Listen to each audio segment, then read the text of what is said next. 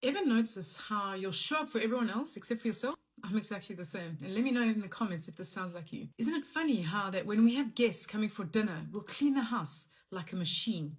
But if it's just you and your partner, it feels okay just to let things slide.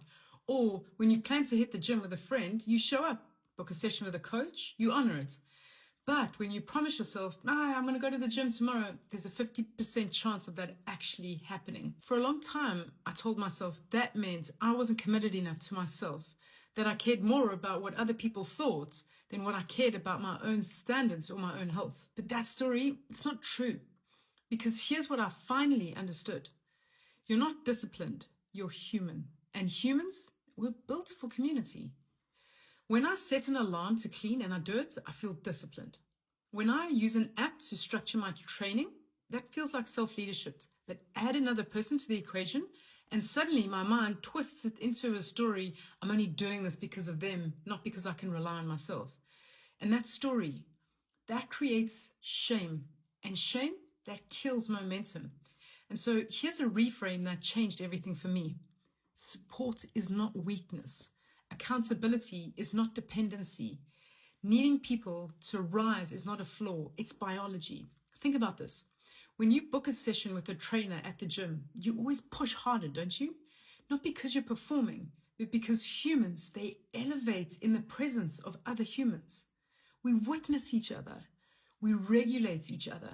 We rise when someone is beside us, holding a higher standard. That's not cheating, that's community. And that's a high value community, and that's real leadership. But our culture glorifies radical independence to the point where men make themselves sick trying to do everything alone. You're not meant to optimize your entire life in isolation inside a quiet house, trying to manufacture willpower from like thin air.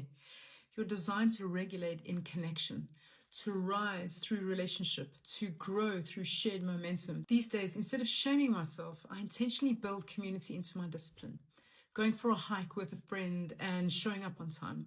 Training with others to keep my body alive. Doing life with other people that I respect keeps my spirit awake. That's not weakness, that's wisdom. And yes, solitude, it has its place, of course. And I took a long season of intentional time alone to build that foundation that my life now stands on. That's important, of course. But even then, I wasn't isolated. I wasn't pretending that I could do life without other humans. And so here's something I'm going to invite you to contemplate. Maybe you weren't supposed to be perfectly disciplined in isolation. Maybe you were meant to become powerful in community with other men. Maybe that's the only way that men truly thrive. And so if you're ready to build a life where support strengthens you, not shames you, then book a call with me through the link in my profile. You don't have to rise alone. You're not built to. You know what to do.